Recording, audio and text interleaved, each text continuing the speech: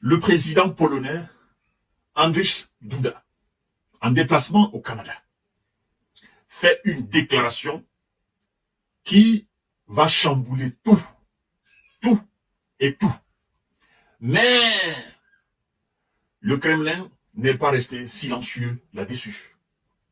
Et ça va augmenter davantage les tensions entre les États-Unis et la Russie. Et ça, c'est depuis un certain temps, déclare le président Andrzej Duda. Depuis un certain temps, ils sont en train de parler, de négocier le déploiement d'armes nucléaires américaines en Pologne. Et le président Duda, président polonais, déclare clairement que la Pologne est prête à accueillir des armes nucléaires, dit-il, pour sécuriser le flanc est de l'OTAN. Mais l'objectif visé, nous le connaissons tous. La Pologne cherche à avoir cette arme nucléaire pour elle, qui sera synonyme de sécurité totale de la Pologne, puisque la Pologne, en ayant l'arme nucléaire sur son territoire, alors la Russie ne pourra jamais s'attaquer à la Pologne. Mais la question est de savoir, la Pologne qui est pays membre de l'OTAN, est-ce qu'il est dans les objectifs de la Russie de s'attaquer à un pays membre de l'OTAN? Le président russe a été plus que clair là-dessus, en disant, ça ne fait pas partie de nos prérogatives, ça ne fait pas partie de nos objectifs, ça ne fait pas partie de nos ambitions de s'attaquer à un pays de l'OTAN. Ça, c'est pas notre objectif. Mais, vous savez, l'ambition des États-Unis, parce qu'il faut qu'on dise les choses maintenant clairement, l'ambition des États-Unis, au sujet même de l'Ukraine, était de placer ces armes nucléaires là, en Ukraine, de faire de l'Ukraine un laboratoire américain. Et ça avait déjà commencé. Et je crois que c'est ce qui a été démantelé. C'est ce qui a d'ailleurs conduit les Américains à s'imposer là comme étant le soutien phare de l'Ukraine. Mesdames et messieurs, partagez la vidéo dans tous les groupes possibles. Quelles seront les conséquences de cela? Parce que le Kremlin a réagi au déploiement. Et on se dit, ah voilà, enfin ils avouent. Et c'est d'ailleurs une erreur monumentale de la part des Américains. Parce que c'est un grand prétexte de plus pour la Russie de déployer non plus des armes, n'est-ce pas, nucléaires, non stratégiques. Ça sera des armes dorénavant stratégiques. Parce que souvenez-vous bien, la Russie a déclaré une fois qu'elle va déployer des armes nucléaires non stratégiques en Biélorussie. Vous comprenez? Et ça pour un certain nombre de raisons. Alors, chers dames, chers messieurs, chères demoiselles, partagez la vidéo dans tous les groupes possibles. La Pologne est prête à accueillir des armes nucléaires. La Russie affirme qu'elle garantira sa propre sécurité. Et vous savez, quand elle dit cela, la Pologne est prête à accueillir l'arme nucléaire pour son territoire. Seulement si l'OTAN, dont elle est membre, décidait de renforcer son flanc Est face au déploiement par la Russie de nouvelles armes, n'est-ce pas, à Kaliningrad et à Biélorussie, a déclaré le président polonais dans un entretien publié ce lundi 22 avril 2024. Il dit, je cite, « Si nos alliés décidaient de déployer des armes nucléaires dans le cadre de partage, n'est-ce pas, nucléaire sur notre territoire, afin de renforcer la sécurité du flanc oriental de l'OTAN, nous sommes prêts à le faire, » a expliqué M. Andrzej Duda au quotidien. Interrogé sur cette possibilité, le porte-parole du Kremlin a affirmé lundi que la Russie garantirait sa sécurité si cela devait se produire. Si les Américains, n'est-ce pas, venaient à prendre le risque à déployer des armes américaines, des armes nucléaires américaines en Pologne, parce que les Français n'accepteront jamais. Alors, les militaires analyseront bien sûr la situation et, dans tous les cas, prendront toutes les mesures de rétorsion nécessaire pour garantir notre sécurité, a déclaré à la presse M. Dmitry Peskov, le porte-parole de Kremlin.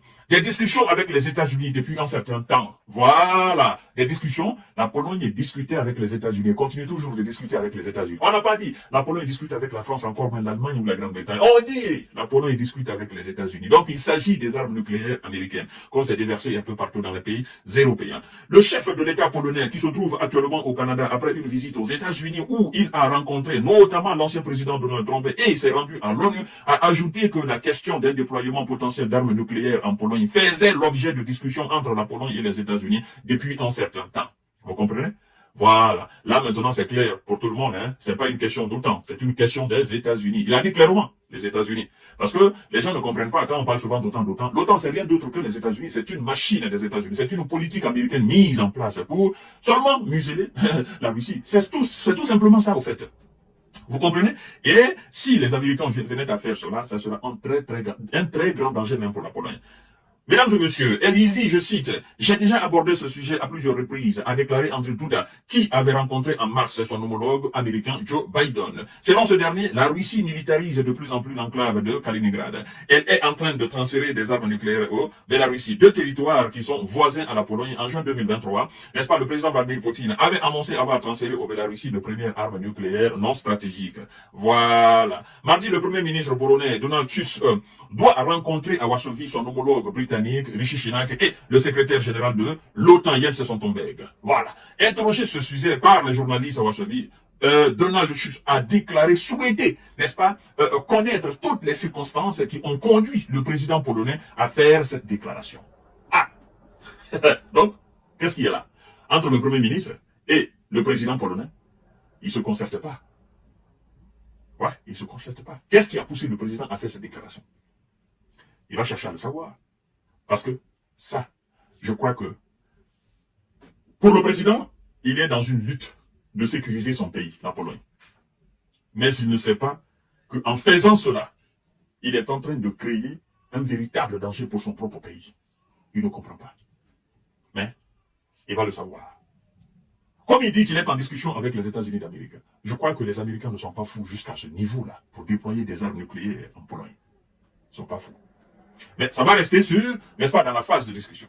Je tiens beaucoup que la Pologne vive en sécurité. Depuis la victoire électorale de la coalition pro-européenne de Donald Tusk en octobre, la Pologne vit une période délicate, n'est-ce pas, de cohabitation. Andrzej Duda étant un proche allié de l'ancien pouvoir nationaliste, populiste. Je tiens beaucoup à ce que la Pologne vive en sécurité, à ce qu'elle soit aussi bien armée que possible. Mais je voudrais aussi que toute initiative éventuelle soit tout d'abord très bien préparé par les personnes qui en sont responsables, a dit Donald Tusk. Selon la constitution polonaise, le président de la République est formellement le chef suprême des armées, n'est-ce pas, exerçant des fonctions par l'intermédiaire du ministre de la Défense. Dans les domaines des politiques étrangères, il est tenu de collaborer avec le Premier ministre et les ministres responsables. J'attends avec impatience une rencontre avec Monsieur le Président, a déclaré son Premier ministre. Les deux hommes politiques se sont souvent opposés sur le plan de politique intérieure, mais leur point de vue sur le soutien à l'Ukraine est sur la même, n'est-ce pas, et sur la menace russe sont restés largement similaires. Donc, sur ce point, il y a de divergences.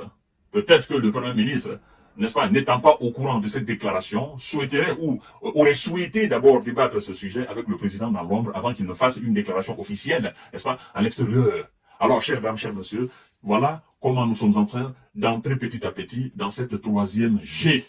C'est pas encore fait, mais ils sont en discussion pour déployer des armes nucléaires en Pologne. Et, naturellement, le Kremlin dit que elle va prendre des décisions pour sa propre sécurité.